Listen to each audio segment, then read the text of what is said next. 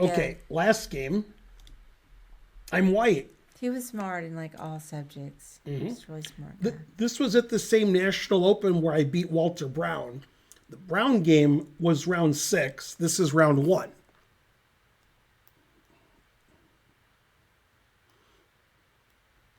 There's the marker.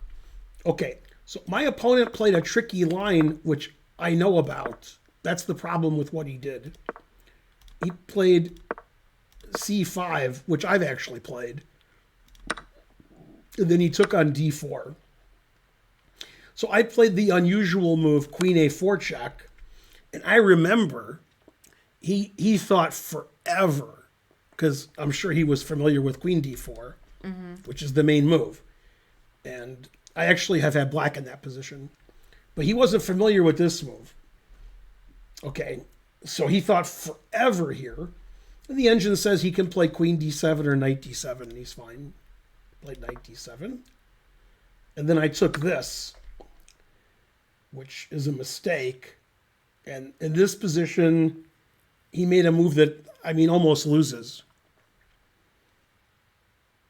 So what he should do is take with the queen. But he was afraid to do so because of Knight B5, I assume, threatening here. And then if you go here, then I play like D6, threatening here, and so forth. However, after Knight B5, black can play D3, threatening this and sacrificing his rook. And the engine says black is much better by doing that. But he didn't do that. He took with the pawn. Yeah, and now his position's terrible. Basically, he's down a pawn and horse. Okay, so he attacked my queen, castled.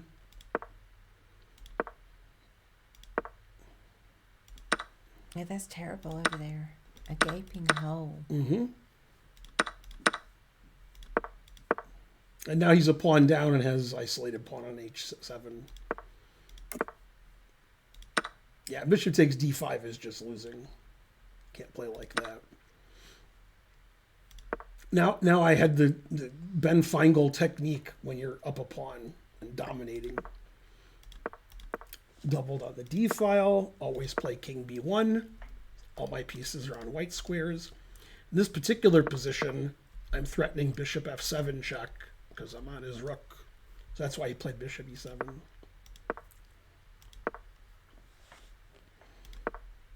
A3, so I have lift. E4, now my rooks come to the third rank, and he can't defend his weak pawns.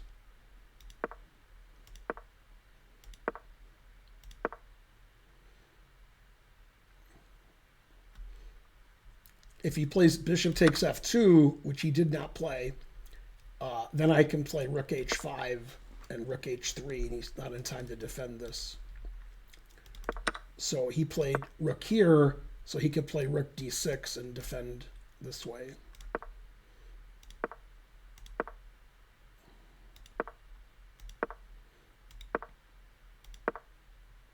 Now, how do you defend that? He has to play rook G7. See, his game is really good.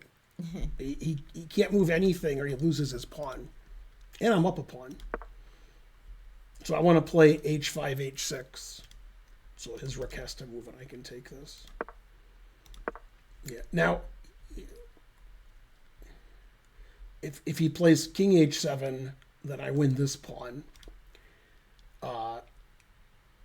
He could play rook H7, and then he can't move. But probably he should play rook H7, just to avoid losing a pawn. He played here.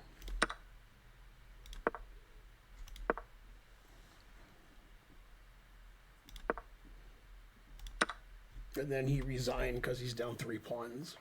And I'm threatening mate. So that was no fun for him.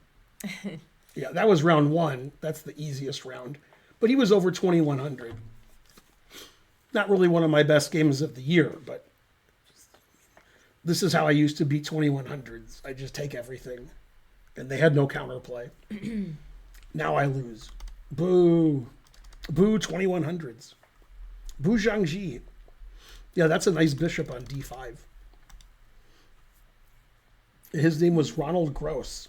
He's older than me. He's been playing in tournaments for 45 years.